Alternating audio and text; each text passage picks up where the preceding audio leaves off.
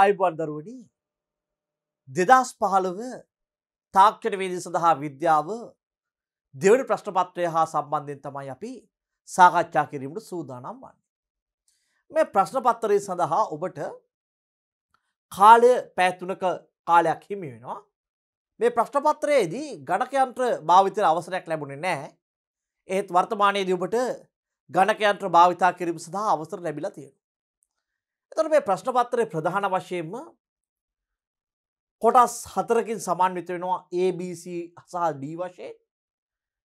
ප්‍රශ්න පත්‍රයේදී විෂය අංකය වෙන්නේ 67 S2 කියන විෂය අංකය. එතකොට ඔබට ව්‍යුහගත කොටස එහෙම නැත්නම් A කොටස ප්‍රශ්න 4කින් සමන්විත වෙනවා. මේ ප්‍රශ්න 4 ඔබට ප්‍රශ්න පත්‍රයේ තුලම පිළිතුරු ලිවීමට ඉඩක් තියෙනවා. එතකොට මේ තියෙන ඉඩ තුල තමයි ඔබ උත්තර ලිවිය යුතු වන්නේ. පිටස්තර කඩදාසි භාවිතා කිරීමට අවසරයක් නැහැ. මෙන්න මේ A කොටසේදී. ඉන් අනතුරුව ඔබට B, C සහ D කියලා කොටස් තුනක් හම්බෙනවා. මෙතනදී ඔබ B කොටසින් අනිවාර්ය ප්‍රශ්නයක්, C කොටසින් අනිවාර්ය ප්‍රශ්නයක් සහ D කොටසින් අනිවාර්ය ප්‍රශ්නයක් ලෙස ප්‍රශ්න තුනකට පිළිතුරු ලියන්න වෙනවා. දැන් A කොටසේ ප්‍රශ්න 4ක් අනිවාර්යෙන් ලිව්වා. B කොටසෙන් එක ප්‍රශ්නයක්, C කොටසෙන් එක ප්‍රශ්නයක්, D කොටසෙන් තවත් ප්‍රශ්නයක් විතර ප්‍රශ්න තුනක් ඔබ තෝරා ගන්න වෙනවා. දැන් B කොටසේ ප්‍රශ්න දෙකක් තියෙනවා. අපි කලින් පිළිතුරු ලිව්වේ එකයිනේ. C කොටසේ ප්‍රශ්න දෙකක් තියෙනවා. අපි කලින් පිළිතුරු ලිව්වේ එකයි. D කොටසේ ප්‍රශ්න දෙකක් තියෙනවා. කලින් පිළිතුරු ලිව්වේ එකයි. එතකොට අපි අර පිළිතුරු නොලියපු ප්‍රශ්න තුන තියෙනවානේ. B කොටසෙන් නොලියපු එකක් තියෙනවා. C කොටසෙන් පිළිතුරු නොලියපු තව එකක් තියෙනවා. D කොටසෙන් පිළිතුරු නොලියපු තව එකක් තියෙනවා. අන්න ඔය පිළිතුරු නොලියපු ප්‍රශ්න තුනෙන් එකක් තෝරාගෙන කුමන හෝ ප්‍රශ්නයක් තෝරාගෙන අපි තවත් ප්‍රශ්නයක් ලෙස පිළිතුරු ලිවිය යුතු වෙනවා. එතකොට ඔබ BCD කොටස් තුනෙන් ප්‍රශ්න 4ක් ලියන්න ඕනේ. හැබැයි අනිවාර්යයෙන්ම B කොටස, C කොටස, D කොටස ආවරණය වෙන පරිදි එක ප්‍රශ්නයකට හරි ඔබ පිළිතුරු ලියලා තියෙන්න අවශ්‍ය වෙනවා. මේකදී මේ ව්‍යුහගත රචනා ප්‍රශ්න පත්‍රය අපි සැලකුවොත් මේකෙදි ගොඩක් වෙලාවට පළවෙනි ප්‍රශ්නයට අපිට ලැබෙන්නේ ජීව විද්‍යා ප්‍රශ්නයක්. දෙවන ප්‍රශ්නයේ විදිහට අපිට ලැබෙන්නේ ජෛව රසායනය. ඒ වගේම රසායන විද්‍යාව මිශ්‍ර වෙච්ච ගැටලුවක්. තුන්වෙනි ප්‍රශ්නය සහ හතරවෙනි ප්‍රශ්නය අපිට 2015 ප්‍රශ්න පත්‍රයේ ලැබිලා තියෙන්නේ භෞතික විද්‍යාව කොටසෙන්. B කොටස ගණිතමය දැනුම ඔබගේ පරීක්ෂා කරනවා. ඒ වගේම C කොටස රසායන විද්‍යා දැනුම පරීක්ෂා කරනවා. D කොටස භෞතික විද්‍යා දැනුම පරීක්ෂා කරනවා. හොඳයි, එහෙනම් දරුවනේ අපි මෙම ප්‍රශ්න පත්‍රය සාකච්ඡා කිරීම සඳහා ඉදිරියට යොමු. දරුවනේ දැන් අපිට පිළිතුරු ලියන්න තියෙන්නේ මේ 2015 ව්‍යුහගත රචනා ප්‍රශ්නයේ පළවෙනි ව්‍යුහගත රචනා ප්‍රශ්නය. දැන් මේවා ලියද්දී පුතා අපිට මෙන්න මේ දීලා තියෙන ඉඩකඩ ප්‍රයෝජනවත් ගන්න ඕනේ. සාමාන්‍යයෙන් ව්‍යුහගත රචනා ප්‍රශ්න පත්‍රයේ ප්‍රශ්න 4ට අපි සාමාන්‍ය පැය විනාඩි 10ක වගේ කාලයක් තුල හෝ ඊට අඩු කාලයක් තුල ලියන තරමට යෝග්‍යයි. right. දිලීර සහ බැක්ටීරියා අතර ඇති ප්‍රධාන වෙනස්කම් දෙකක් ලියන්න. අපි ගත්තොත් එහෙම මෙතන වෙනස්කම් දෙකක් අහන්නේ. මම ඉස්සෙල්ලා ඔබට පැහැදිලි කරන්න මේ දිලීර සහ බැක්ටීරියා කියන දෙන්න. බැක්ටීරියා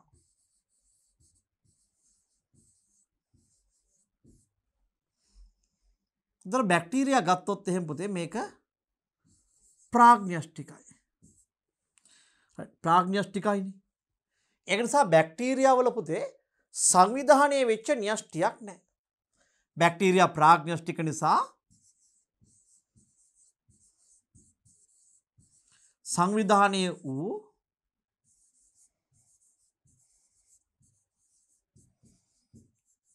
න්‍යෂ්ටියක් නැහැ. පළවෙනි. දෙවෙනි එක න්‍යෂ්ටිය වටේ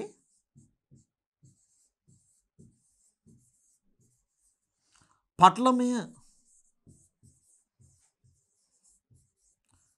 ආවරණයක් නැත. තුන්වෙනි එක දැන් බැක්ටීරියා ගත්තොත් පුතේ බැක්ටීරියාවල පටලමේ ඉන්ද්‍රිකා තියෙනවද? නැහැ. පටලමේ ඉන්ද්‍රිකා නැත.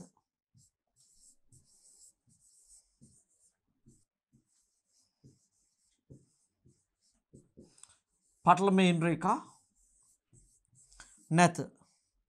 එතකොට මෙයාගේ රයිබෝසෝම ගත්තොත් පුතාලා මෙන්න මේ බැක්ටීරියාවල රයිබෝසෝම ගත්තොත් එහෙම මේකේ තියෙන්නේ 70s රයිබෝසෝම නේ. දැන් බැක්ටීරියා ගත්තොත් බැක්ටීරියා වල තියෙන පුතේ 70s රයිබෝසෝම. හැබැයි දිලීර වල තියෙන රයිබෝසෝම කීයද පුතේ? 80s රයිබෝසෝම තියෙන්නේ. right. එතකොට අපි ගත්තොත් එහෙම මේ බැක්ටීරියා වල සෛල බිත්තිය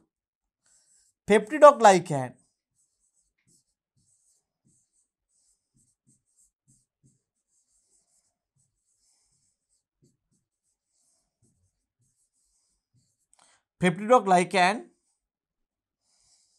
වලින් තරුණු සෛල බිත්තියක් තියෙනවා. සෛල බිත්තියක් තියෙනවා. එතකොට අපි ගත්තොත් එහෙම මෙයාගේ right දෙන්නගෙම සංචිත ආහාර විතර ග්ලයිකෝජන් තියෙන තමයි ඉගෙන ලියන්න යන්නේ නැහැ. ඒ වගේම මීට අමතරව පුතේ මේකේ මියුරින් අඩංගු වෙනවා. මියුරින් අඩංගු වෙනවා. ඒ වගේම අපිට කියන්න පුළුවන් 6 මෙයාගේ ප්ලාස්මීඩ ඇත. මයිටොකොන්ඩ්‍රියම් නැත. මයිටොකොන්ඩ්‍රියම් නැත. ප්‍රධාන වශයෙන්. හරි. පැහැදිලි මම හිතන්නේ. බැක්ටීරියා වල. right. එතකොට මේ බැක්ටීරියා වල බහුතරයක් තියෙන්නේ පුතේ අපි දන්නා බැක්ටීරියා කියන ප්‍රාග්න්‍යෂ්ටික සුරජීවී කොට්ටාසය. එතකොට බැක්ටීරියා විතරක් නෙමෙයි පුතේ අපි දන්නවා ඕනෑම සුරජීවී කොට්ටාසයක් ගත්තොත් ප්‍රාග්න්‍යෂ්ටික හෝ ශූන්‍යෂ්ටික වීම මත ප්‍රාග්න්‍යෂ්ටිකින්ට ප්‍රාග්න්‍යෂ්ටික ලක්ෂණ කියන්නේ බැක්ටීරියා සයනොබැක්ටීරියා සහ ආකිබැක්ටීරියා කියන මේ ප්‍රාග්න්‍යෂ්ටිකයින්ට ප්‍රාග්න්‍යෂ්ටික ලක්ෂණ තියෙනවා. ඒ කියන්නේ අපි ගත්තොත් සංවිධානයේ වෙච්ච න්‍යෂ්ටිය ප්‍රාග්න්‍යෂ්ටිකය කාටවත් නැහැ. ඒ වගේම න්‍යෂ්ටිය වටේට පටලමේ ආවරණ ප්‍රාග්න්‍යෂ්ටිකය කාටවත් නැහැ. නේද? ඒ වගේම ප්‍රාග්න්‍යෂ්ටිකයන්ගේ පටලමේ ඉන්ද්‍රිකා නැහැ. එතකොට ඔබ ගත්තොත් එහෙම මේ තියෙන බැක්ටීරියා. දැන් බැක්ටීරියා වල සංවිධානීය වූ න්‍යෂ්ටියක් නැත. හැබැයි අපි දිලීර ගත්තොත්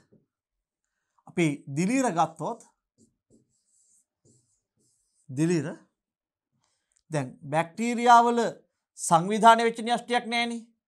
හැබැයි දිලීර ගත්තොත් පුතේ දිලීර වල සංවිධානීය වූ න්‍යෂ්ටියක් ඇත. සංවිධානීය වූ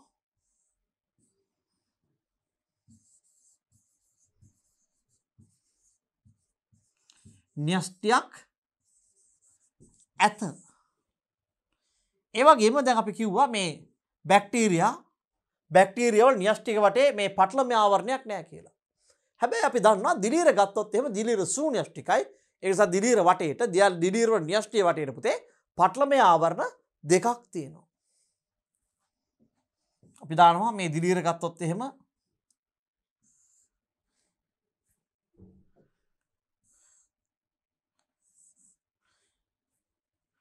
න්‍යෂ්ටිය වටේ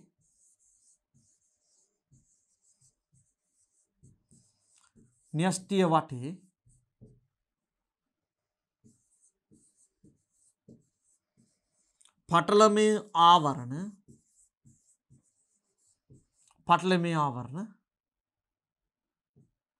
දෙකක් ඇත. පටලමේ ආවරණ න්‍යෂ්ටිය පටල වලින් ආවරණය වී ඇත. න්‍යෂ්ටියට පටලමය ආවරණ ඇත. එතකොට අපි ගත්තොත් එහෙම මේ බැක්ටීරියාවල පටලම ඉන්ද්‍රිකා නැහැ. හැබැයි අපි දිලීර ගත්තොත් එහෙම පුතේ දිලීරවල ඇතැම් ඉන්ද්‍රිකා දිලීර ගත්තොත් දිලීරවල ඇතැම් ඉන්ද්‍රිකා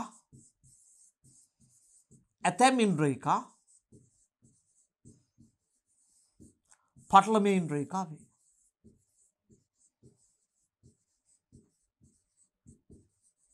ඉන්ද්‍රිකා වේ.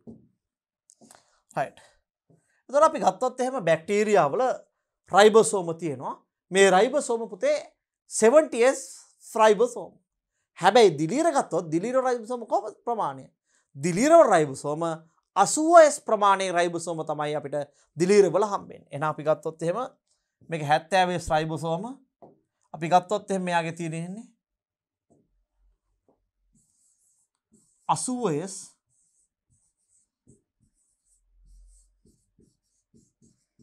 රයිබෝසෝම. බැක්ටීරියා වල 70s රයිබෝසෝම දිලීර වල තියෙන මාතෘ පුතේ 80s රයිබෝසෝම. right. අපි ගත්තොත් මේ බැක්ටීරියා සෛල බිත්තිය හැදලා තියෙන පුතාලා පෙප්ටිඩෝග්ලයිකෑන් වලින් තැන්නු සෛල බිත්තියක් තියෙනවා. හැබැයි අපි දිලීර ගත්තොත් එහෙම දිලීර වල සෛල බිත්තිය තියෙන්නේ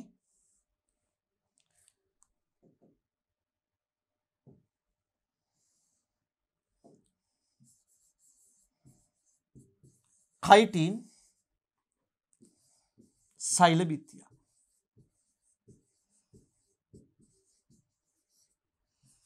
ඇත. පුතේ ගොඩක් වෙලාවට මෙන්න මෙයාගේ මියුරින් අපිට දක්නට ලැබෙන්නේ නැහැ. මියුරින් ගැන අපි ගොඩක් වෙලාවට විශේෂ කතා කරන්නේ නැහැ. හැබැයි දිලීර තුල අපිට මියුරින් දක්නට ලැබෙන්නේ නැහැ. ඒ වගේම දිලීර තුල අපිට හරිත ලව දක්නට ලැබෙන්නේ නැහැ. ඒ වගේම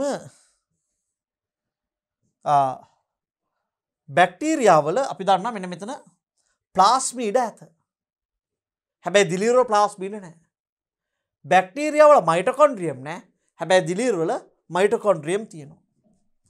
බැක්ටීරියා වල ප්ලාස්මීඩ ඇත. ඒ වගේම දිලීර ගත්තොත් එහෙම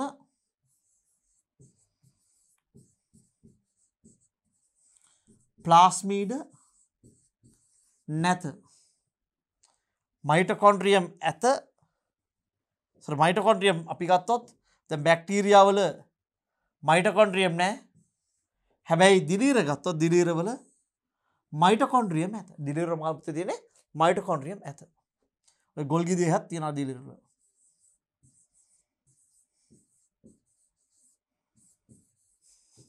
මේක මයිටොකොන්ඩ්‍රියම් කියනවා. මයිටොකොන්ඩ්‍රියම තියෙනවා. මයිටොකොන්ඩ්‍රියම ඇත. මම ලක්ෂණ රාශියක් ඔබ සමග කියවුවා. පැහැදිලි. right. එතකොට ඔබට මෙන්න මේ බැක්ටීරියා සහ දිලීර අතර ප්‍රධාන වෙනස්කම් දෙකක් කිව්වොත් එහෙම අපිට ගොඩක් වෙලාවට ගන්න පුළුවන් හොඳ පිළිතුරු දෙක තමයි ප්‍රධාන වශයෙන්ම බැක්ටීරියාවල සංවිධානය වූ න්‍යෂ්ටියක් සහ පටලමය ආවරණයක් නැති අතර දිලීරවල සංවිධානය වූ න්‍යෂ්ටියක් ඇති අතර ඇතම් ඉන්ද්‍රියක සඳහා පටලමය ආවරණ ඇත. ඔන්න න්‍යෂ්ටිය ගැන ලියවෙන්නත් පුළුවන්. න්‍යෂ්ටිය අරගෙන න්‍යෂ්ටිය වටේ පටලමය ආවරණයක් තියෙනවා. න්‍යෂ්ටිය වටේ බැක්ටීරියා වල පටලය වටේ න්‍යෂ්ටිය කියන්නේ න්‍යෂ්ටිය වටේ පටලමය ආවරණයක් නැහැ. හැබැයි දිලීර ගත්තොත් දිලීර වල න්‍යෂ්ටිය වටේ පටලමය ආවරණයක් තියෙනවා. ඒක ලියවෙන්න පුළුවන්. ඒ වගේම අපිට අය අනිත් පැත්තට ගන්න පුළුවන්. ගොඩක් වෙලාවට මේ සෛල බිත්තිය පෙප්ටිඩෝග්ලයිකෑන් සෛල බිත්තියක් තමයි බැක්ටීරියා වල තියෙන්නේ. දිලීර වල තියෙන පුතේ මොකද කයිටිනමය සෛල බිත්තියක් තමයි දක්නට ලැබෙන්නේ. අපි එවනම් මීළඟ ප්‍රශ්නයට යමු. දැන් ඔබ විශේෂයෙන්ම ගුරුවත්පත අරගෙන මෙන්න මේ කරුණු ටික ගුරුවත්පතේ පැහැදිලිව තියෙන ඒ කරුණු ටික ගන්න. විශේෂයෙන්ම නව ගුරුවත්පත අරගන්න. එතකොට ඔබට මේ කරුණු ටික තියෙනවා. ඒ වගේම ඔබට විභාග දෙපාර්තමේන්තුවට ගිහිල්ලා එවලුවේෂන් රිපෝට් එක එහෙම නැත්නම් ඇගයීම් වාර්තාව ගත්තොත් එහෙම මේකේ මාකින් ස්කීම් එක සහ ඇගයීම් වාර්තාව චුට්ටක් ඇඩිෂනලි කියව ගන්න. මම අර ඔක්කොම විස්තර කරන්න ගියොත් එහෙනම් අපිට මේ කාල වේලාව තුල මේ වැඩේ කරගෙන යන්න අපහසු වෙන නිසා මම ඒ දේවල් ඔක්කොම පෙන්වන්න යන්නේ නැහැ. අනිවාර්යයෙන්ම ගුරුත්පතට අදාළ මේ කොටස් සහ මාකින් ස්කීම් එක. හරි. ඒ කියන්නේ විශේෂයෙන්ම විභාග දෙපාර්තමේන්තුවේ ඉවැලුවේෂන් රිපෝට් එක කියලා. 2005 ඉවැලුවේෂන් රිපෝට් එක අරගෙන පොඩ්ඩක් බලන්න. පුතේ මධ්‍යසාර නිෂ්පාදනය කිරීම සඳහා යොදා ගන්නු ලබන යීස්ට් සෛලය. අපි යීස්ට් කියලා කියන මේ සැකරොමයිසිස් කියලා. නේද? සැකරොමයිසිස් වල ශ්වසන ක්‍රමය මොකද්ද පුතේ? වෛකල්පිත නිර්වායුනේ. ස්වභාවික තත්ත්වයේ ඉන්නත් පුළුවන්, නිර්වායු තත්ත්වයේ ඉන්නත් පුළුවන්. අපි ඒකට කියනවා මොකද්ද? වෛකල්පිත නිර්වායු කියලා. හරි. එතකොට අපි ගත්තොත් එහෙම මෙන්න මේ රූප සටහනේ තියෙන කොටස් ටික අපිට පේනවා මෙන්න මේ ගොල්ගි දේහය, එහෙම නැත්නම් ගොල්ගි බොඩිය, එහෙම නැත්නම් ගොල්ගි සංකීර්ණය කියලා.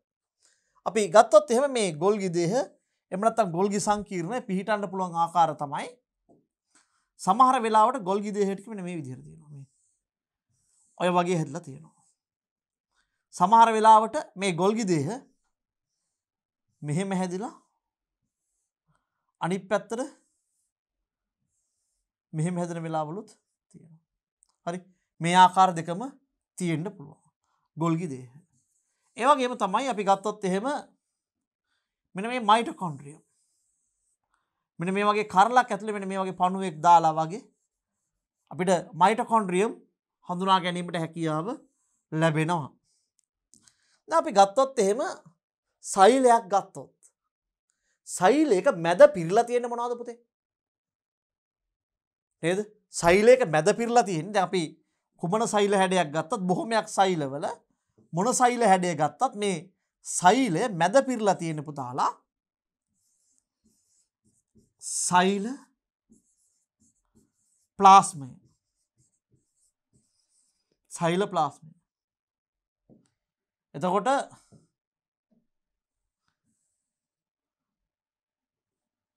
මෙන්න මෙතන අපි ගත්තොත් එහෙම මේ සෛල ප්ලාස්මයට ළඟින්ම තියෙන්නේ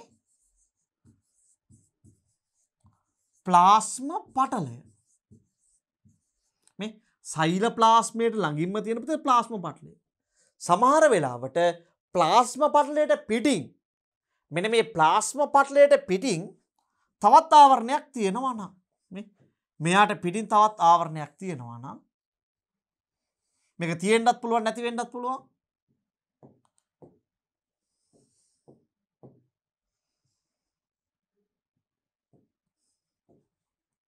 මේකට අපි කියනවා සෛල බිත්තිය කියලා. මේකට අපි කියනවා මොකක්ද පුතාලා? සෛල බිත්තිය කියලා. පැහැදිලිද? මේකට අපි කියනවා සෛල බිත්තිය කියලා. පැහැදිලිද? රයිට්. එතකොට මේකේ සමහර වෙලාවට ඊටාම චූටි තිත් ටිකක් තියෙනවා. මේවට කියන අපි රයිබෝසෝම කියලා. ඒ වගේම තමයි රයිබෝසෝම සහ ආහාර කණිකා කියන දෙන්න බොහෝ සෙයින් එක සමානයි හඳුනාගන්න චුට්ටක් අපහසුයි. ඒ වගේ වෙලාවට ඔබට පොඩි උපකාරයක් ප්‍රශ්න පත්‍රය තුල ලැබෙනවා. හරි. රයිට්. ඒ වගේම තමයි අපි ගත්තොත් එහෙම මේ න්‍යෂ්ටිය ගත්තොත් එහෙම න්‍යෂ්ටියේ විශේෂයෙන්ම මෙන්න මේ වගේ න්‍යෂ්ටිකාව තියෙනවා. න්‍යෂ්ටිකාවට පිටින් මේ වගේ න්‍යෂ්ටි පටලය තියෙනවා. න්‍යෂ්ටිකාව න්‍යෂ්ටි පටලය මේ දෙකම තනියම ගත්තොත් අපි මෙන්න මේ න්‍යෂ්ටිකාවයි න්‍යෂ්ටි පටලයයි අපි තනි එකක් විදිහට ගත්තොත් එහෙම අපි මේ දෙකටම තනිය පොදුවෙන් කියනවා න්‍යෂ්ටිය කියලා. ඒ වගේම දැන් මෙතනින් සමහර වෙලාවට අපිට මේ වගේ අන්තප්ලාස්මීය ජාලිකා තියෙනවා. අන්තප්ලාස්මීය ජාලිකා. මේ අන්තප්ලාස්මීය ජාලිකා තියෙනවා. මේ අන්තප්ලාස්මීය ජාලිකාවල මෙහෙම ගැට තිබ්බොත් පුතාලා. මෙන්න මෙහෙම ගැට වගේ තිබ්බොත් මේවා රළු අන්තප්ලාස්මීය ජාලිකා. ඒ වගේ මෙහෙම නැතුව මෙන්න මෙහෙම බොහොම ස්මූත් වෙනවා නම් අපි ඒවට කියනවා මොනවා කියලාද?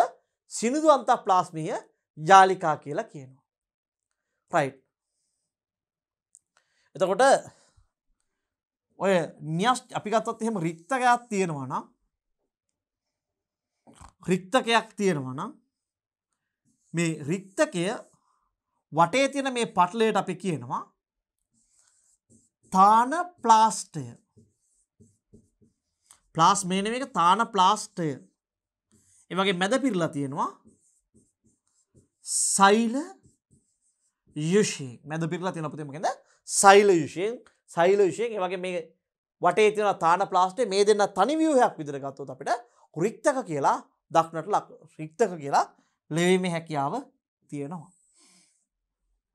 හරි. බලමු.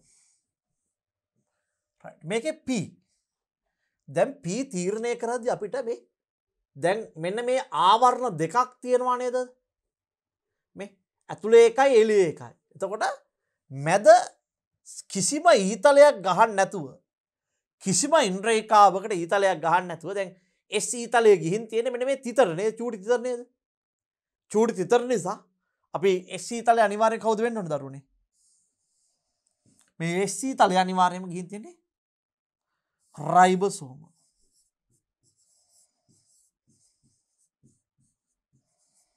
සමහර වෙලාවට රූපය අපැහැදිලි බව නිසා යමෙකුට උපකල්පනය කරන්න පුළුවන් මෙන්න මේ දැන් සෛල ප්ලාස්මය මේ කියන්නේ කිසිම ඉන්ද්‍රේඛාවක් නැති සෛලයේ මැද පිරලා තියෙන මොනවාගෙන්ද? සෛල ප්ලාස්මය නේ. සෛල ප්ලාස්මය. එතකොට මම ගත්තොත් එහෙම මේ ලස්සනට පේන මයිටොකොන්ඩ්‍රියම් දෙන්නෙක් ඉන්නවා මේ මෙන්න මේ කරලක වගේ කරලක මැද පණුවෙක් දාලා වගේ තියෙන මයිටොකොන්ඩ්‍රියම් තියෙනවා. මයිටොකොන්ඩ්‍රියම් තියෙන්නේ T.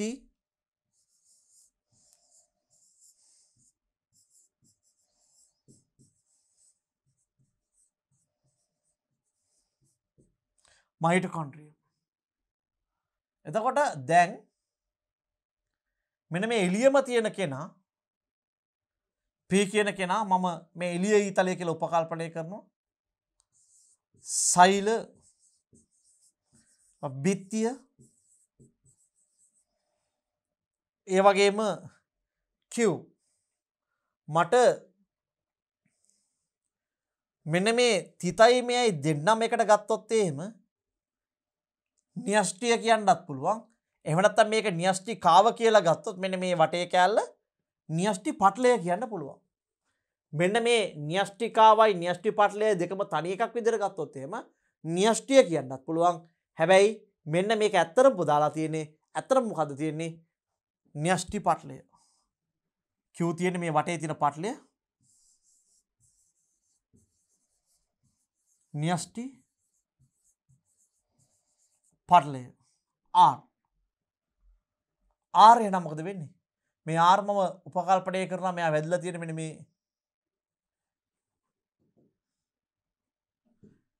මේ යන මාර්ගයට කියලා. මෙන්න මේකට කියලා. එහෙම වුණොත් මට R ට කියන්න පුළුවන් හැකියාව තියෙනවා ප්ලාස්ම පටලය කියලා. ඒ තරම පැහැදිලි නෑ.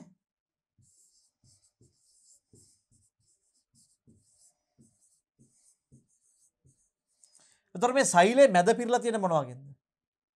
සෛල ප්ලාස්මය මේ සම්පූර්ණ ව්‍යුහය ගත්තොත් රික්තකය කියන්න පුළුවන්. මැද සෛල විෂය එළියේ තියෙන තාල ප්ලාස්ටය අපිට අන්තප්ලාස්මීය ජාලිකා තියෙන වටේටම මේකේ මට මේ අන්තප්ලාස්මීය ජාලිකාවල මෙහෙම ගැට සහිත කොටසක් තිබ්බොත් එහෙම මේ ජාලිකාවේ ඒක අපි රළු අන්තප්ලාස්මීය ජාලිකා කියනවා. නැත්නම් අපි ඒවට කියනවා සිනිඳු අන්තප්ලාස්මීය ජාලිකා කියලා. මෙතන තියෙන මේ ගොල්ගි බොඩි එකක් අපිට ගොල්ගි දේහයක් අපිට මෙතන දක්නට ලැබෙනවා. ඔබ විශේෂයෙන්ම මෙන්න මේ ව්‍යුහයන් ටික ප්‍රධාන වශයෙන් මේ විභාගය ඉලක්ක කරලා මෙන්න මේ ටික බලා ගන්න. බැක්ටීරියාවක කොටස් නම් කරන්න. ඒ වගේම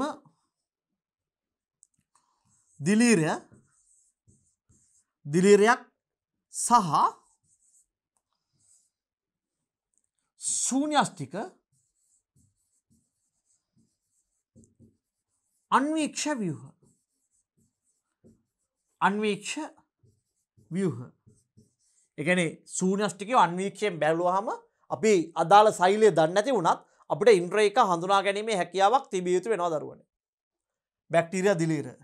රයිට්. ඊට පස්සේ අපිට මේ ශාක සෛලය සහ සත්ත්ව සෛලය කොටස් හඳුනා ගැනීම. ඒ වගේම තමයි බැක්ටීරියා වර්ගීකරණය,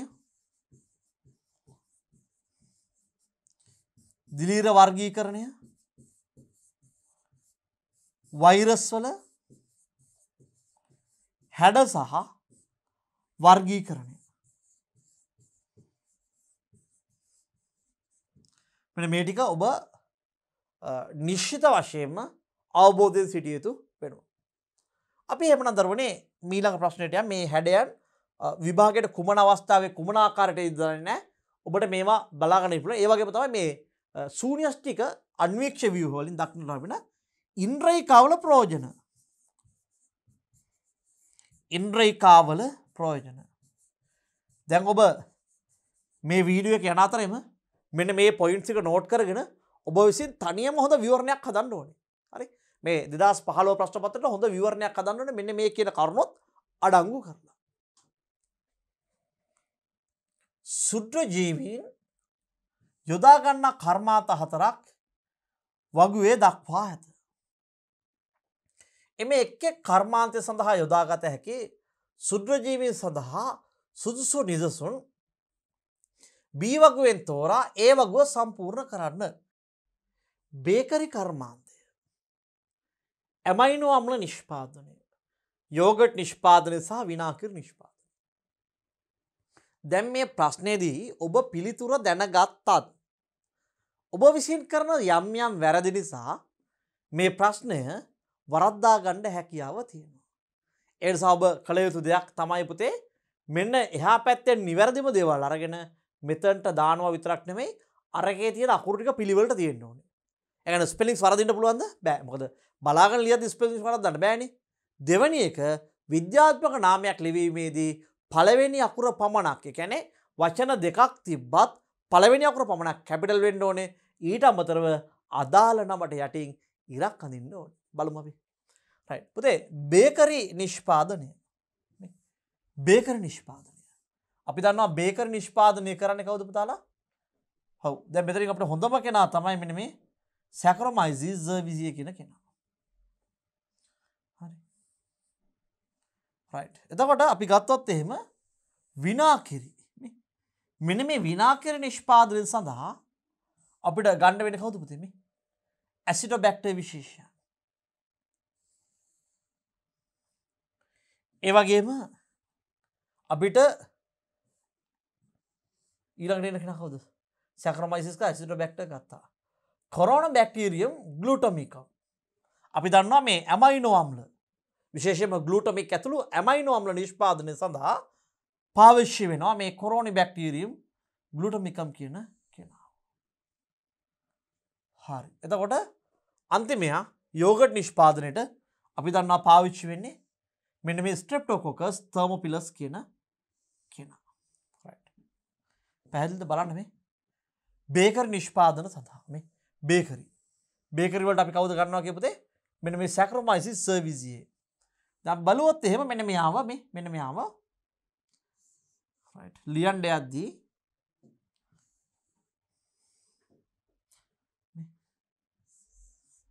ඉස්සකුර කැපිටල් ලිව්වම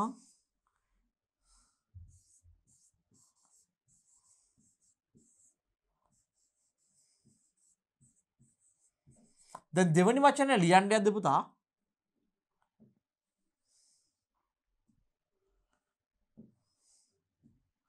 මේ දෙවෙනි වචනේ ලියන්න යද්දී ඒක සිම්පල් වෙන්න ඕනේ. මෙන්න මේ C අකුර මේ සැක්‍රොමයිසිස් සර්විසියේ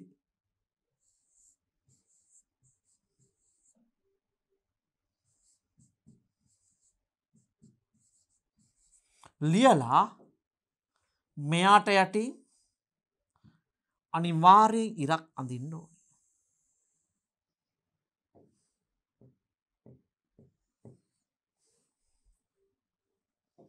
මෙයාට යටින් අනිවාර්යෙන් ඉරක් අඳින්න ඕනේ. පැහැදිලිද? බලන්න මේ බේකර් නිෂ්පාදන සැක්‍රොමයිසිස් සර්විස්. හරි නේද? රයිට්. ඇමයිනෝ අම්ල නිෂ්පාදනය. ඇමයිනෝ අම්ල නිෂ්පාදනය සඳහා අපි කිව්වේ මේ Corynebacterium glutamicum. C capital ගහුවා.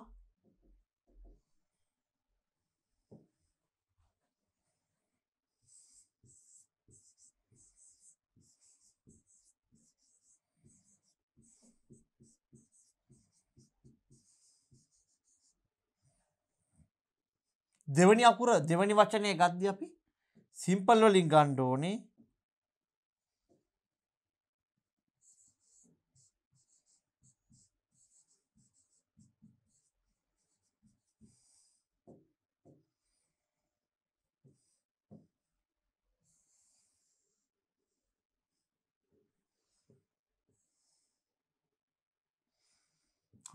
එහා පැත්තේ අකුර නිවැරදි පරිදි කොපි කරන්න.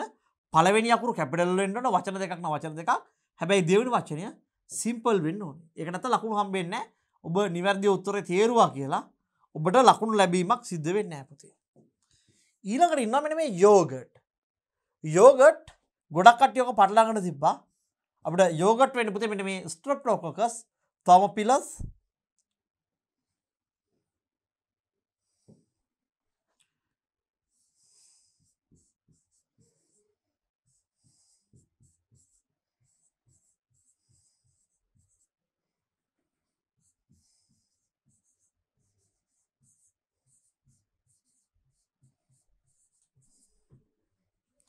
Streptococcus thermophilus,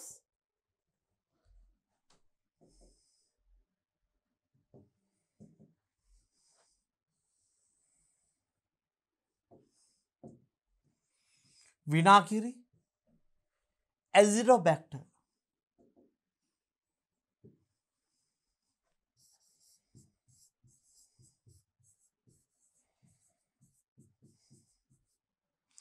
Azithrobacter. හරි. මේක හැම වෙලාවෙම පටලා ගන්න එපා. අපිට නයිට්‍රජන් චක්‍රයේදී හම්බ වෙන පුතේ Azathrobacter. මේ Azathrobacter සහ Azithrobacter පටලා ගන්න එපා. මේ පළවෙනි අකුර කැපිටල්, දෙවෙනි වචනේ පළවෙනි අකුර සිම්පල්. නමයට යටින් ඉරක් අදින එක අනිවාර්යෙන් තියෙන්න ඕනේ. කැපිටල් අකුරු තියෙන්න පුළුවන් පළවෙනි අකුර විතරයි. මේ දෙවෙනි වචනේ පළවෙනි අකුර සිම්පල්. මේ සිම්පල්. පැහැදිලි මම හිතනවා. රයිට්. දැන් ඔබ ඊළඟට මෙන්න මේකෙදි ප්‍රධාන වශයෙන්ම එන්නත් ප්‍රතිජීවක ආහාර මේ ඔබ එන්නත් වර්ග සඳහා ඒ වගේ දායක වන සුද්ධජීවීන්, ප්‍රතිජීවක සහ ඒව සඳහා දායක වන සුද්ධජීවීන්, ආහාර සහ ආහාර නිෂ්පාදන සඳහා දායක වන සුද්ධජීවීන් නන් ලිස්ට් එකක් මේකටම විවරණයේ විදිහට ඔබ එකතු කරගන්න. එහෙම වුණොත් ඔබට වඩාත් යෝග්‍ය වෙයි ඉදිරි ප්‍රශ්න පත්‍රවලදී. පැහැදිලිද?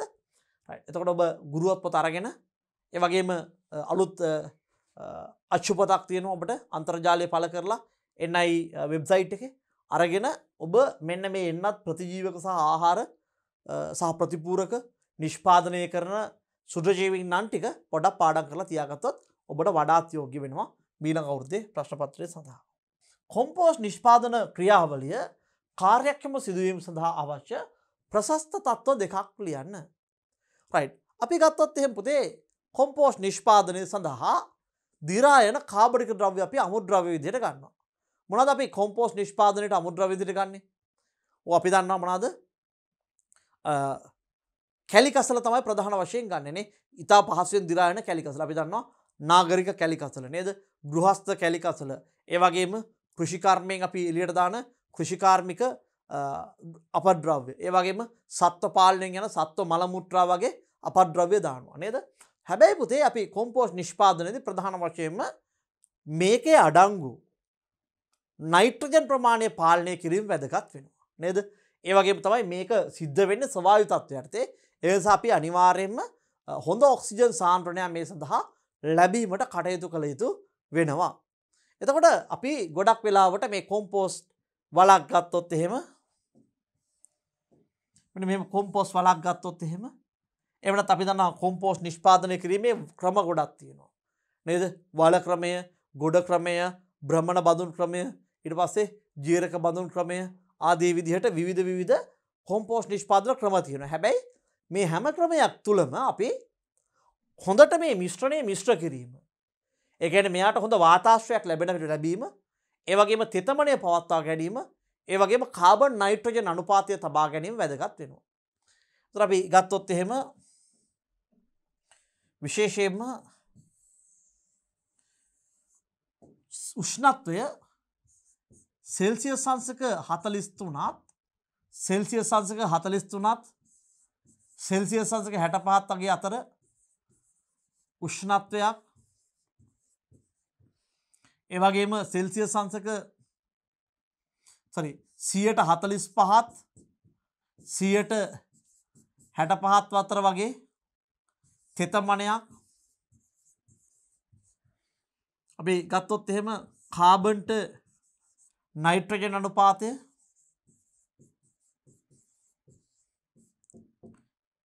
කාබන් 30ට බරාණුව වියලි බරාණුව අනුපාතයේ වියලි බරාණුව කාබන් ප්‍රමාණය වැඩි කාබන් 30ට එක වගේ 4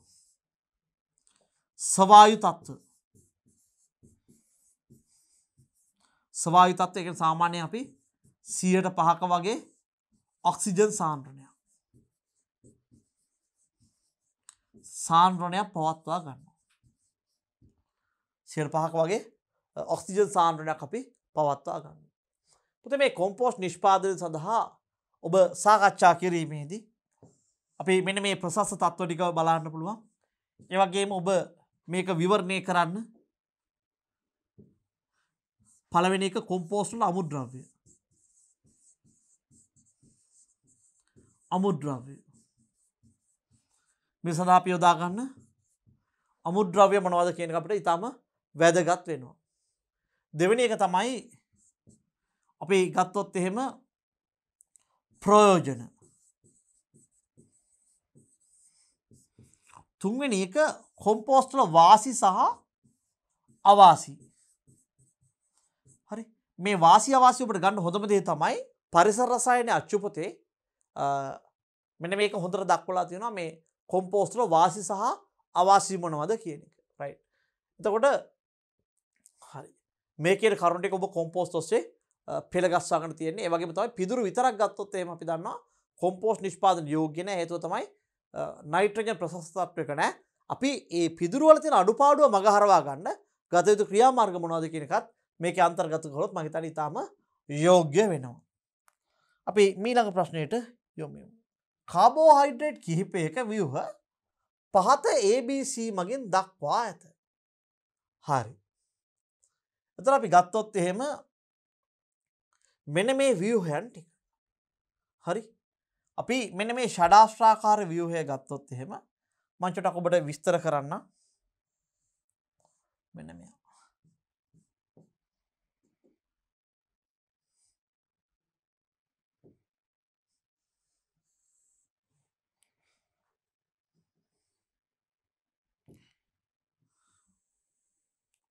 right. අපි ග්ලූකෝස් පවුල ගත්තොත් මේ ස්ථානයේ එක මේක කාබන් මේ ආකාරයට කාබන්ලා පළවෙනි කාබන් දෙවෙනි කාබන් මෙතන කාබන්ලා දෙකක් කියන්න නෙමෙයි දෙවෙනි කාබන් කියන්න තමයි මම මේ දෙකේ ඉලක්කම දැම්මේ. තුන්වෙනි කාබන් හතරවෙනි කාබන් පස්වෙනි කාබන් මෙතනට එන්නේ ඔක්සිජන් කෙනෙක්. එතන මම මෙතනට ගත්තොත් එහෙම එනවා CH2OH එකක් එනවා. එතකොට අපි ගත්තොත් එහෙම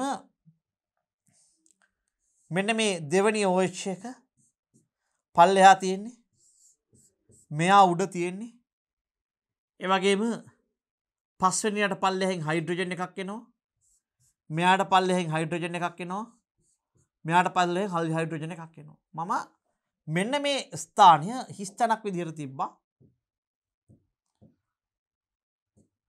මේ ස්ථාන මං හිස් තැන් විදිහට තිබ්බා. මේ ස්ථානත් මං හිස් තැනක් විදිහට තිබ්බා. right. ඔබට දැන් මෙන්න මේ හැඩයන් අඳින්න පුරුදු නැත්නම් කරුණාකරලා DP education වල ජෛවාණු ඒකකයේ යටතේ අපි මේ සියලු හැඩයන් ඔබට විවිධ උදාහරණ අරගෙනමින් රසවත් කතන්දර අරගෙනමින් අපි විස්තර කරලා තියෙනවා. ඒක නිසා කරුණාකරලා ඔබ මේ හැඩයන් ඇඳීමට නිපුණතාවයක් නැත්තම් දරුවනේ ඔබ ගිහිල්ලා මේ හැඩයන් පිළිබඳව අවබෝධයක් ලබාගෙන ඉන්න DP Education ජෛවණු එකකට ගිහිල්ලා. එතකොට මම ගත්තොත් මේ ෂඩාස්ත්‍ර හැඩයක් තියෙන කට්ටිය ප්‍රධාන වශයෙන් ඉන්නවා alpha glucose, beta glucose, alpha galactose, beta galactose කියලා 4 දෙනා. Alpha glucose, beta glucose, alpha galactose, beta galactose. එතකොට අපි ගත්තොත් එහෙම පළවෙනි ස්ථානයේ අපි කඩිරි දාගමු.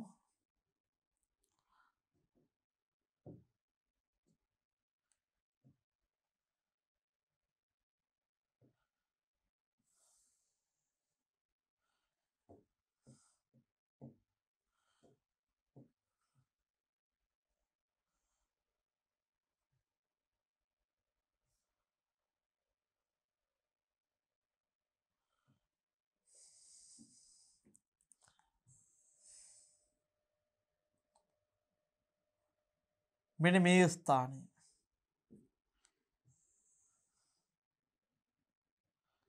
මේ ස්ථානය. මේ ස්ථානය.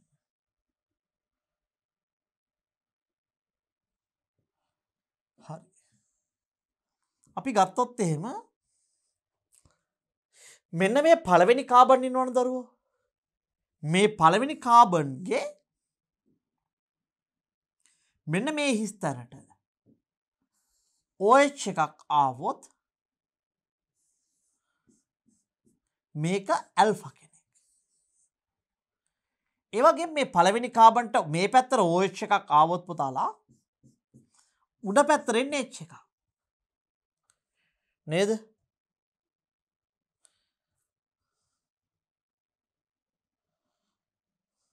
අපි ගත්තොත් එහෙම මෙතනට OH එකක් ආවොත් මේකේ අනිත් පැත්තට එන්නේ H එකක්. මේක ඇල්ෆා. පළවෙනියාගේ යට OH එකක් තිබ්බොත් මේක ඇල්ෆා. මේ පැත්තේ OH එක අනිත් පැත්තේ තියෙන H එකක් ඇල්ෆා. එතකොට OH එකක් තිබ්බොත් හැබැයි මේක මාරු වුණොත් මෙන්න මෙතනට H එක ඇවිල්ලා මෙන්න මේ පැත්තට OH එක ගියොත් මෙතනට H එක ඇවිල්ලා මේ පැත්තට OH එක ගියොත් දරුවනේ මට කියන්න පුළුවන් මේක බීටා කියලා. බීටා. රයිට් පැහැදිලිද? හරි. ඒ කියන්නේ බීටා නම් කොහොමද තියෙන්නේ? බීටා නම් තියෙන්නේ මෙහෙම කාබන් කෙනෙක් ඉන්නවා. මේ කාබන්ගේ පළවෙනි කාබන්ගේ උඩ OH යට H. ඒ වගේම මම මෙන්න මේ ඇල්ෆා ගත්තොත් එහෙම මෙයාගේ අපි කාබන් කෙනෙක් ගත්තොත් OH යට H උඩ පළවෙනි කාබන්. හරි. මෙහෙම තිබ්බොත් මේක ඇල්ෆා කියලා ගන්නවා අපි, මෙහෙම තිබ්බොත් බීටා කියලා ගන්නවා. හරි. එතකොට මෙන්න මෙතන මෙන්න මේ හතරවෙනි ස්ථානය.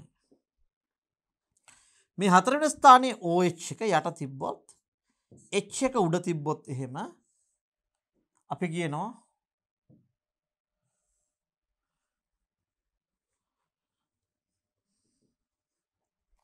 මේක ග්ලූකෝස් කියලා.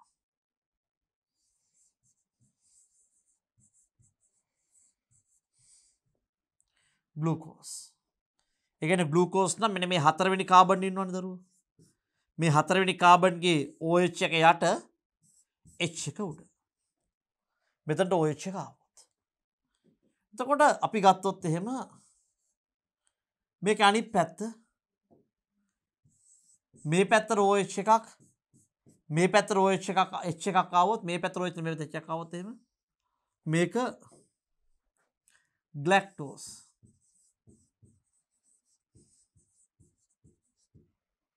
කාබන් ඉන්නවා OH එක උඩ යට H එක ග්ලැක්ටෝස්. පැහැදිලිද? රයිට්. එතකොට මම ගත්තොත් එහෙම මෙන්න මෙහෙම මේ හතරවෙනියගේ OH එක යට H උඩ තිබ්බොත් ග්ලූකෝස් OH එක උඩ H එක යට තිබ්බොත් එහෙනම් මේක ග්ලැක්ටෝස් හතරවෙනියගේ. හරි. දැන් මම ගත්තොත් එහෙම මෙන්න මෙහෙම බලන්න.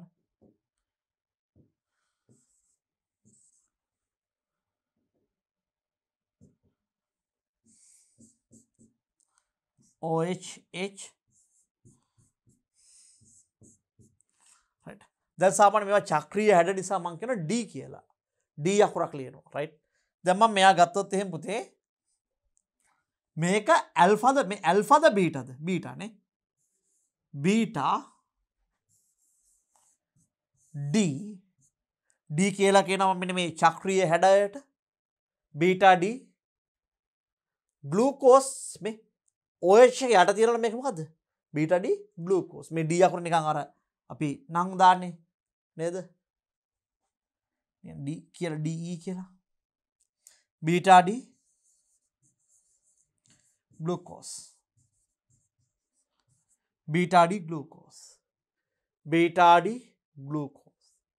පැහැදිලි නේද right එතන අපි ගත්තොත් එහෙම මේ මෙයා beta D glucose මට මෙහෙම කෙනෙක් හිටියොත් right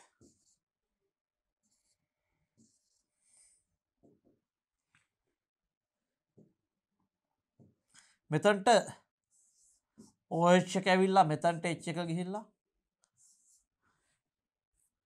මෙතන OH එක මේ H O නෙමෙයි මේක OH මෙතන H එක මේක මොකද්ද ඇල්ෆාද බීටාද OH එක තියෙන තැන මොකක්ද ඇල්ෆා ග්ලූකෝස් අපි මේක ලියනවා ඇල්ෆා D ග්ලූකෝස් කියලා මේක මම ලියනවා ඇල්ෆා D ග්ලූකෝස් කියලා. උතර මේ හැඩයන් ටික බැරි නම් කරුණා කරලා මොකද කරන්නේ ඔව් කරුණා කරලා DP education ජෛවාණු පාඩම පැහැදිලිව බලා ගන්න. right දැන් මේ ග්ලූකෝස් ෆ්‍රුක්ටෝස් වෙදි පොඩි වැඩක් වෙනවා. හරිද? දැන් ග්ලූකෝස් ෆ්‍රුක්ටෝස් වෙදි මේ හැඩය පංචාශ්‍රාකාර වෙනවා. හරි? මේ හැඩය මොකද වෙන්නේ? මේක පංචාශ්‍රාකාර වෙනවා. මෙහෙම වෙන්නේ. මේ වගේ. මෙන්න මේ දෙවනියා මෙතනට යනවා. මෙන්න මේ දෙවනියා මෙතනට යනවා. මෙතන තිබ්බ දෙවනියා මෙතනට යනවා. හැබැයි මම දෙවෙනි කාබන් ගැන මුකුත් සඳහනක් දක්වන්නේ නැහැ. දැන් මෙන්න මේ මුල්ලේ හිටපු දෙවනියා මේ මුල්ලට යනවා. ඊට පස්සේ මෙන්න මේ තුන්වෙනියා දෙවන ස්ථානයට එනවා. මෙන්න මේ තුන්වෙනියා දෙවන ස්ථානයට එනවා. එතකොට මොකද වෙන්නේ? තුන්වෙනියා දෙවෙනි ස්ථානට එනවා කියන OH උඩ H ට.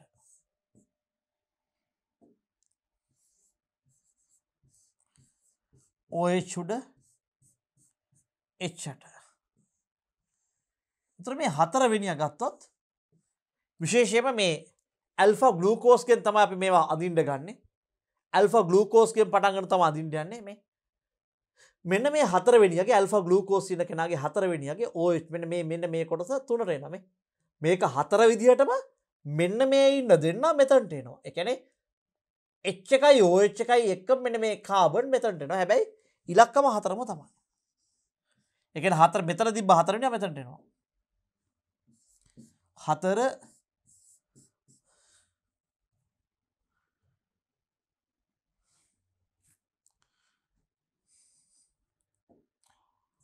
කාබන් ඉන්නවා හතරවෙනියා OH යට H එක right දැන් මොකද වෙන්නේ මෙන්න මේ පස්වෙනියා මෙතනට එනවා පස්වෙනියා මෙතනට එනවා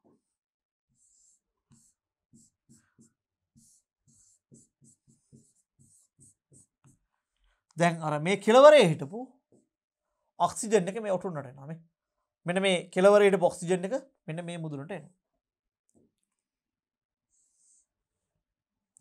මුදුනට එනවා හරි දැන් මෙන්න මේ දෙවන ස්ථානය තමයි මෙයාගේ තීරකය දෙවන ස්ථානයේදී OH එක පල්ලෙහාට තිබ්බොත් OH එක පල්ලෙහාට තිබ්බොත් මේකෙන් අනිත් පැත්තේ ඉන්නේ දැන් කාබන්ලා 1යි 2යි 3යි 4යි 5යි දෙන්නේ. තව කාබන් කෙනෙක් මදි. හැබැයි දැන් මේ පංචාශ්‍රාකාරය හැඩෙද්දී ෆෘක්ටෝස් හැඩ වෙද්දී මේවට අපි කියනවා ෆෘක්ටෝස් හැඩ. මේ ෆෘක්ටෝස් හැඩ වෙද්දී දෙවන ස්ථානයට හම්බ වෙන්නේ දෙවන ස්ථානට සවි වෙන්නේ CH2OH කෙනෙක්. දැන් ඔබ මේක මුකුත්ම අහලා නැත්නම් තේරෙන්නේ නැහැ. CH2OH කෙනෙක්. මෙයා තමයි පළවෙනියා වෙන්නේ. දැන් OH එක පල්ලෙහාට තිබ්බොත් දෙවනියා තමයි මෙතන ඉන්නේ. අනිත් පැත්ත මෙහෙම තිබ්බොත් මේක ඇල්ෆා D පංචාශ්‍රාකාර නිසා ඇල්ෆා D ෆෘක්ටෝස්. මේකට අපි කියනවා alpha D fructose. Alpha D fructose. Alpha D fructose. D කියන්නේ චක්‍රීය වගේ කියන D ග්‍රේඩ් එක. මොකද මේ ෆෘක්ටෝස් වල වර්ෂන්ස් තියෙනවා මාර විදියට. හරි. එතකොට මම මෙන්න මේක මාරු කරොත් එහෙම. මේක මේ දෙවෙනි ස්ථානයේ තමයි තීරකයා. මෙන්න මෙයයි උඩ යට මාරු කරොත්. OH එක උඩට ගිහිල්ලා CH2OH එනවා එක. දැන් මේක මොකද්ද? ඇල්ෆාද බීටාද? මේක බීටානේ. Beta D ෆෘක්ටෝස්.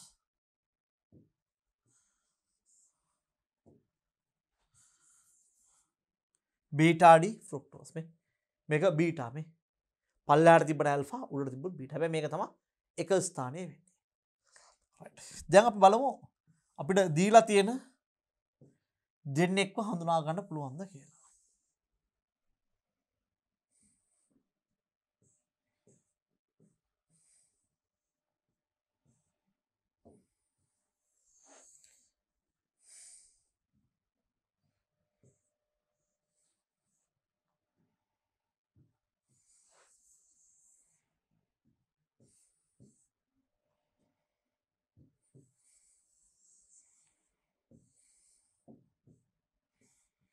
හරි.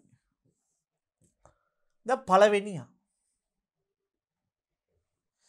මම මේ විදිහ පොඩ්ඩක් ලොකු කරන්නම්.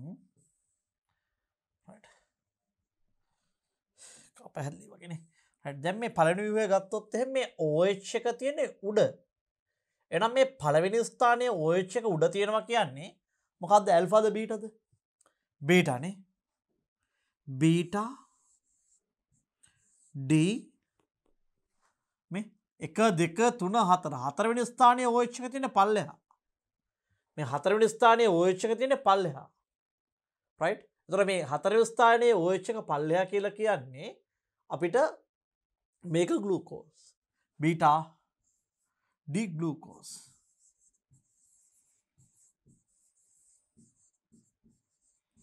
right. ඉතින් ග්ලූකෝස් කියන්නේ අපි දන්නවා මොනොසැකරයිඩ් එක. ග්ලූකෝස් කියන්නේ මොනොසැකරයිඩ්. මොනොසැකරයිඩ්.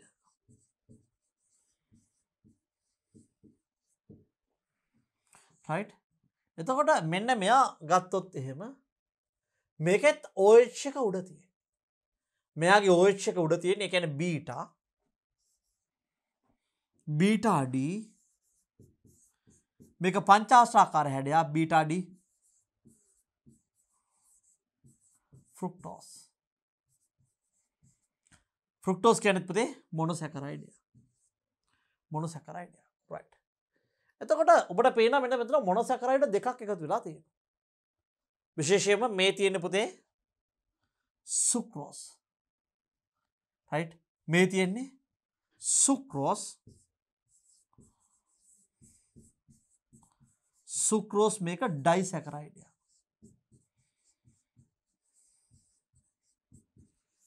ඩයිසැකරයිඩ්. ඔද ඔබ දන්නවා මේ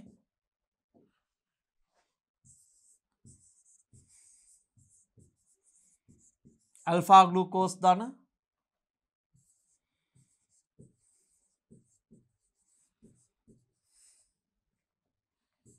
මෝල්ටෝස් කියන ඩයිසැකරයිඩ්. ඇල්ෆා ග්ලූකෝස් එකතු වෙලා මෝල්ටෝස් කියන ඩයිසැකරයිඩ් හැදෙනවා. බීටා ග්ලූකෝසුයි එකතු වෙලා සෙලබයෝස් හැදෙනවා.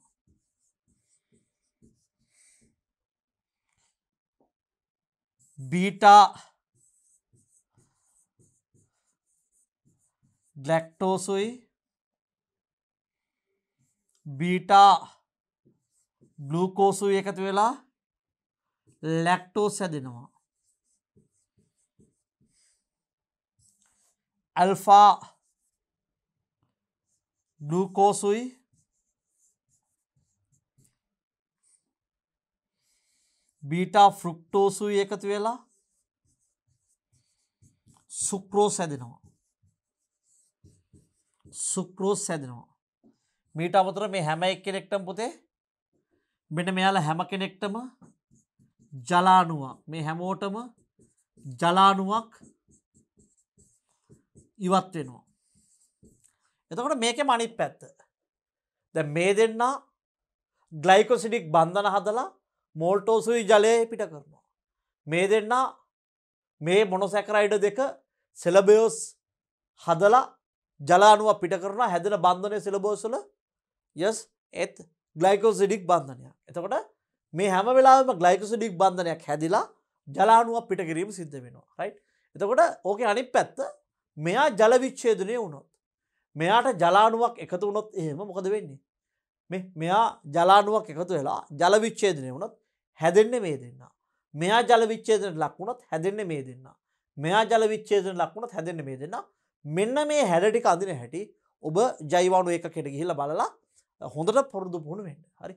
මෙන්න මේ ටික වෙන විදිහ හොඳට ජෛවාණු ඒකකලා මේ හැඩ ටික ඔක්කොම ඇඳලා පුරුදු පුහුණු වෙන්න. විශේෂයෙන්ම ඔබට මොනොසැකරයිඩ් හැඩ 4යි 6යි ඩයිසැකරයිඩ් හැඩ 4යි ඔක්කොම හැඩ 10ක් අඳින්න තියෙනවා. ඊට අමතරව පොලිසැකරයිඩ් වලදී විශේෂයෙන්ම බන්ධන සිදුවන ආකාරය පොඩ්ඩක් බලා ගන්න.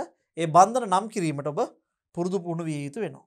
පහත ABC ව්‍යුහ අතුරෙන් උක්සීනි වල අඩංගු වන ප්‍රධාන සීනි වර්ගය C කියන කෙනා එහෙම නැත්නම් මෙන්න මේ C එහෙම නැත්නම් කඩෙන් ගන්න සීනි කන සීනි සුක්‍රෝස්. C කියන කෙනා කඩෙන් ගන්න සීනි කන සීනි සුක්‍රෝස්. ග්ලූකෝස් ද්‍රාවණයක් සහ බෙනඩික් ද්‍රාවණයක් යොදාගෙන සිදු කරන ලද පරීක්ෂණයකදී ලබාගත් නිරීක්ෂණ ඇතුළින් පහත වගුව සම්පූර්ණ කරන්න. පුතේ බෙනඩික් ග්ලූකෝස් එක එකතු වෙලා රත් කිරීමෙන් පසුව විශේෂයෙන්ම ලබා දෙන වර්ණයක් තියෙනවා. අපි කියනවා ගඩොල් රතු පැහැති. මේක රතු කියන වචනේ වැරදි. ගඩොල් රතු පැහැති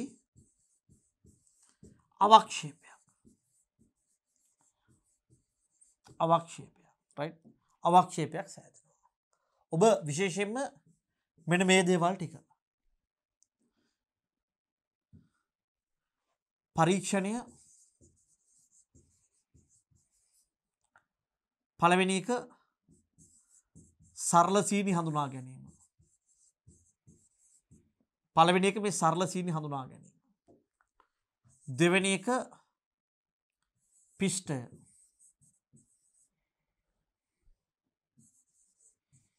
පිෂ්ඨය. 3 ප්‍රෝටීන්.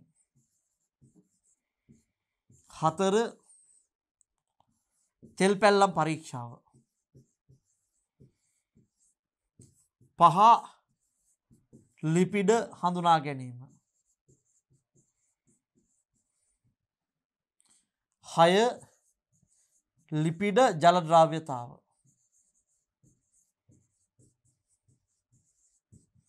මෙන්න මේ කියන පරීක්ෂණ වලට යොදා ගන්න ප්‍රතිකාරකය.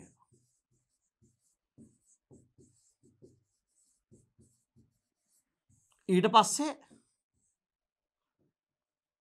ආරම්භක වර්ණ. ආරම්භක වර්ණය අවසානයේ නිරීක්ෂණය. නිරීක්ෂණය බලන්න මේ.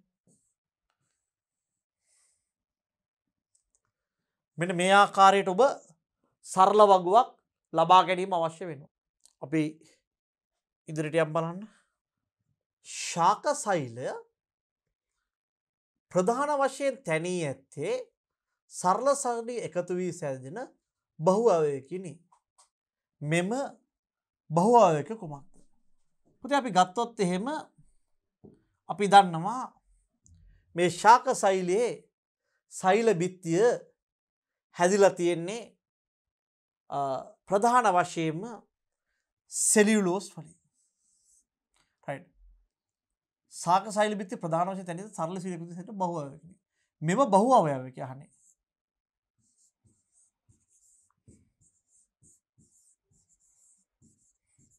සෙලියුලෝස්.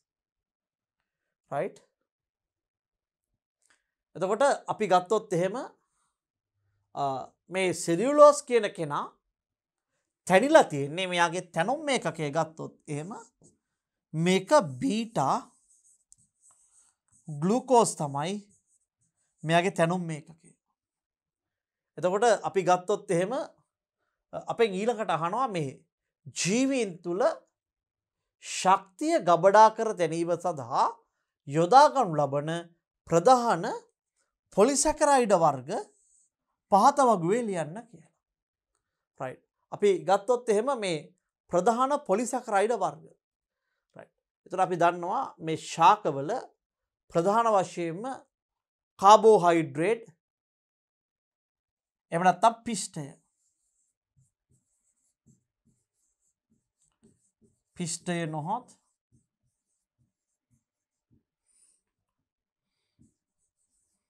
කාබෝහයිඩ්‍රේට් තමයි අපි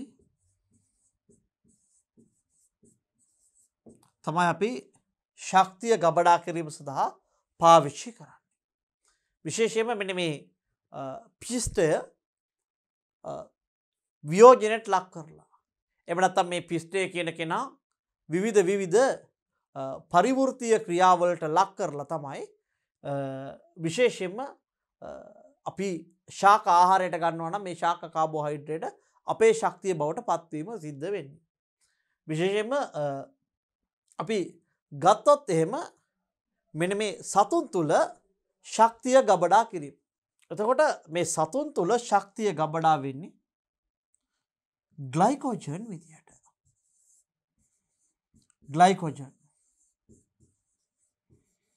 ග්ලයිකෝජන් විදියට තමයි ශක්තිය ගබඩා වෙන්නේ.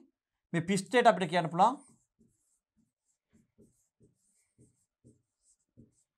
අමයිලෝස් ඇමයිලෝපෙක්ටින් කියලා. පෙක්ටින් දෙන්න මේ පිෂ්ඨයට අපිට කියන්න පුළුවන් ඇමයිලෝස් සහ ඇමයිලෝපෙක්ටින් කියලා කියන්න හැකියාවක් තියෙනවා. ඇමයිනෝ අම්ල බහුආයීකරණයට ලක්වීමෙන් සෑදෙන ජෛවාණු කාණ්ඩය. right. අපි දන්නවා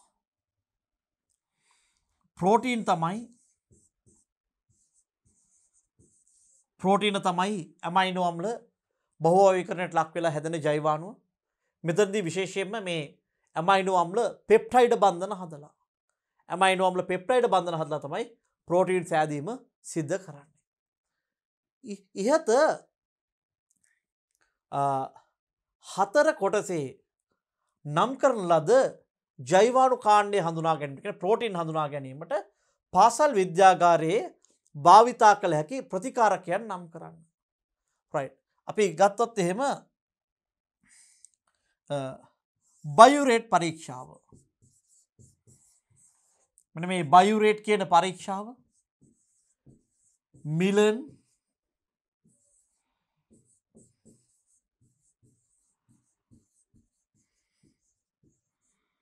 ප්‍රෝටීන් ඒ වගේම CuSO4 සමග භස්මයක් NaOH වගේ ඒ වගේ ප්‍රබල අම්ලයක් පාවිච්චි කරන්න හැකියාව තියෙනවා මේ පාසල් විද්‍යාගාරයේදී විශේෂයෙන්ම ප්‍රෝටීන් හඳුනා ගැනීම සඳහා.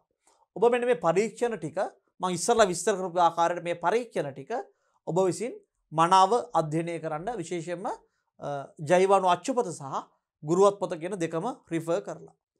right. එන්සයිමයක් කියන උත්ප්‍රේරක ගුණ පෙන්වන ජෛවාණු විශේෂයකි. ඔව්. එන්සයිමයක් කියලා කියන්නේ උත්ප්‍රේරක ගුණ පෙන්වන ජෛවාණු විශේෂයක්. හරි. පහත රූපයේ දැක්වෙන්නේ දර්ශීය එන්සයිමයක් භාවිතයෙන් සිදු කරන ලද කාර්මික නිෂ්පාදන ක්‍රියාවලියක ශක්තියට එදිරිව මේ පැත්ත ශක්තිය එදිරිව ප්‍රතික්‍රියාවේ ඉදිරි ගමන සඳහා අඳින ලද ශක්ති සටහනකි. එන්සයිම නොමැති අවස්ථාවකදී ප්‍රතික්‍රියාව සඳහා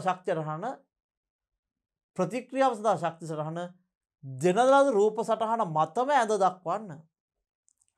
right. අපිට දැන් කියන එන්සයිමයක් කියන උත්ප්‍රේරක ගුණ පිට ජෛවාණුවක්. හරි. පහත රූපයේ දැක්වෙන්නේ දර්ශීය එන්සයිමයක් භාවිතයෙන් සිදු කරන ලද කාර්මික නිෂ්පාදන ක්‍රියාවලියක ශක්තියට ඉදිරිව ප්‍රතික්‍රියාවේ ඉදිරි ගමන සඳහා ලදින ලද ශක්ති සටහන් නෙවෙයි. right. එන්සයිම නොමැති අවස්ථාවකදී එම ප්‍රතික්‍රියාව සඳහා ශක්ති සටහන රූප සටහන මත මැද දක්වන්න. හරි. දැන් මේක හොඳ ඇමක් දීලා තියෙන්නේ. හරිද? සාමාන්‍ය පුතේ අපි ගත්තොත් එහෙම මේ මෙන්න මෙහෙමනේ වෙන්නේ. හොඳට බලා ගන්නකෝ. මේ පැත්තට ප්‍රතික්‍රියක තියෙනවා. මේ පැත්තට ප්‍රතිඵල. හරි. ඉදිරි ගමන. මේ පැත්ත ශක්තිය. දැන් මේ රූප සටහනේ හැටියට දැන් මේ රූප සටහන මම පැත්තකට දාමු මේ සාමාන්‍ය මේ ප්‍රතික්‍රියක තියෙනවා. මේක ප්‍රතිඵල.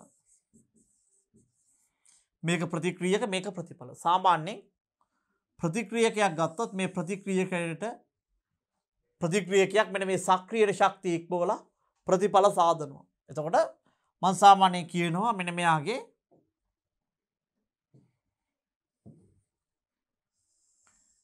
මෙන්න මේ කොටස මේකට අපි කියනවා සක්‍රියන ශක්තිය කියලා.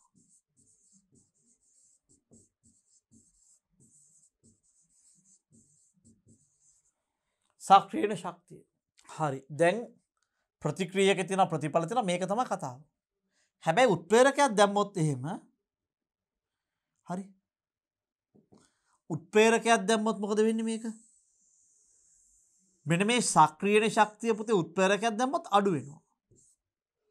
මේ සක්‍රියන ශක්තිය අඩු වෙනවා. දැන් මට කියන්නේ right. හරි. ශක්ති සටහනලු එන්සයිම නොමැති විට මේ එන්සයිම නොමැති අවස්ථාවකදී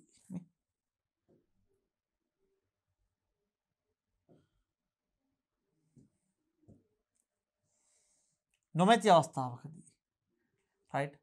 ප්‍රතික්‍රියාව සඳහා ශක්ති සටහන. right. පුතේ එහෙනම් මේ තියෙන්නේ එන්සයිම තියදීනේ. right. ඒතර එන්සයිම නැත්තම් මේ ශක්තිය මොකද වෙන්න ඕනේ? මීට වැඩිය වැඩි සක්‍රියන ශක්තියක් දෙන්න එන්සයිම නැති විට. ඒ කියන්නේ මෙන්න මේ ප්‍රස්ථාරය එන්සයිම නැති විට මේක මෙන්න මේ තියෙන්නේ එන්සයිම සහිත විට. මේ එන්සයිම තියෙද්දි දැක්කද මේ? අපි සක්‍රියන ශක්තිය ගත්තොත් එහෙම එන්සයිම තියෙද්දි සක්‍රියන ශක්තිය මේ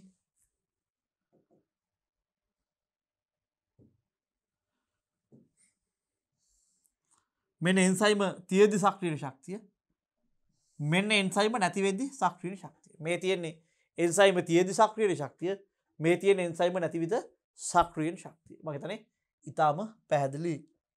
ඉහත එන්සයිමේ ක්‍රියාකාරීත්වය වෙනස් කළ හැකි සාධක සඳහන් කරන්න. පුතේ පළවෙනි දේ තමයි මේකේ ආම්ල බෂ්ම භාවය. ඒ කියන්නේ අපි ගත්තොත් එහෙම මෙන්න මෙයාගේ pH අගය. හරි?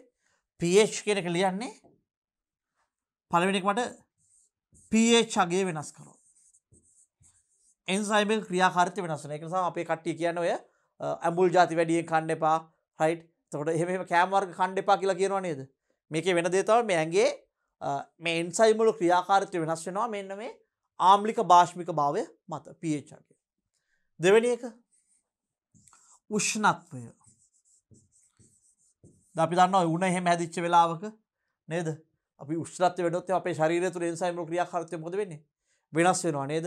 විවිධ අනවශ්‍ය පරිවෘත්තීය ක්‍රියා ඇති වෙනවා. නිසි පරිදි ශක්තිය නිපදවන්නේ නැහැ. එහෙනම් මේ එන්සයිම් වල ක්‍රියාකාරීත්වය පුතේ pHගේ උෂ්ණත්වය, ඒ වගේම ලවණ සාන්ද්‍රණය,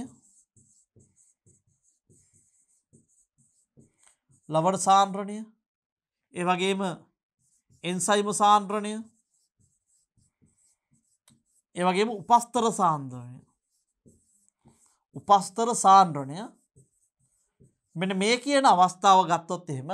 මෙන්න මේ කියන අවස්ථාව ගත්තොත් එහෙම අපිට පැහැදිලිවම එන්සයිමික ක්‍රියාකාරීත්වය වෙනස් කිරීමේ හැකියාව ලැබෙනවා දරුවනේ. පැහැදිලි මං හිතන්නේ. එහෙමනම් දරුවනේ අපි දීර්ඝ ලෙස සාකච්ඡා කරා 2015 ප්‍රශ්න පත්‍රයේ පළවෙනි ගැටලුව. අපි ඊළඟ වීඩියෝවෙන් 2015 ප්‍රශ්න පත්‍රයේ දෙවෙනි ගැටලුව සාකච්ඡා කිරීම සඳහා යොමු වෙමු.